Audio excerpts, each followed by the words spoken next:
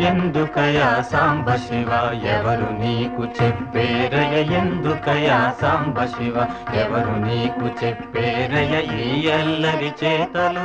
ఈ బూడిద పూతలు ఈ అల్లరి చేతలు ఈ బూడిద పూతలు ఎందుకయా సాంబ శివ ఎవరు నీకు చెప్పేరయ ఎందుకయా సాంబ శివ సాంబ శివ సాంబ శివ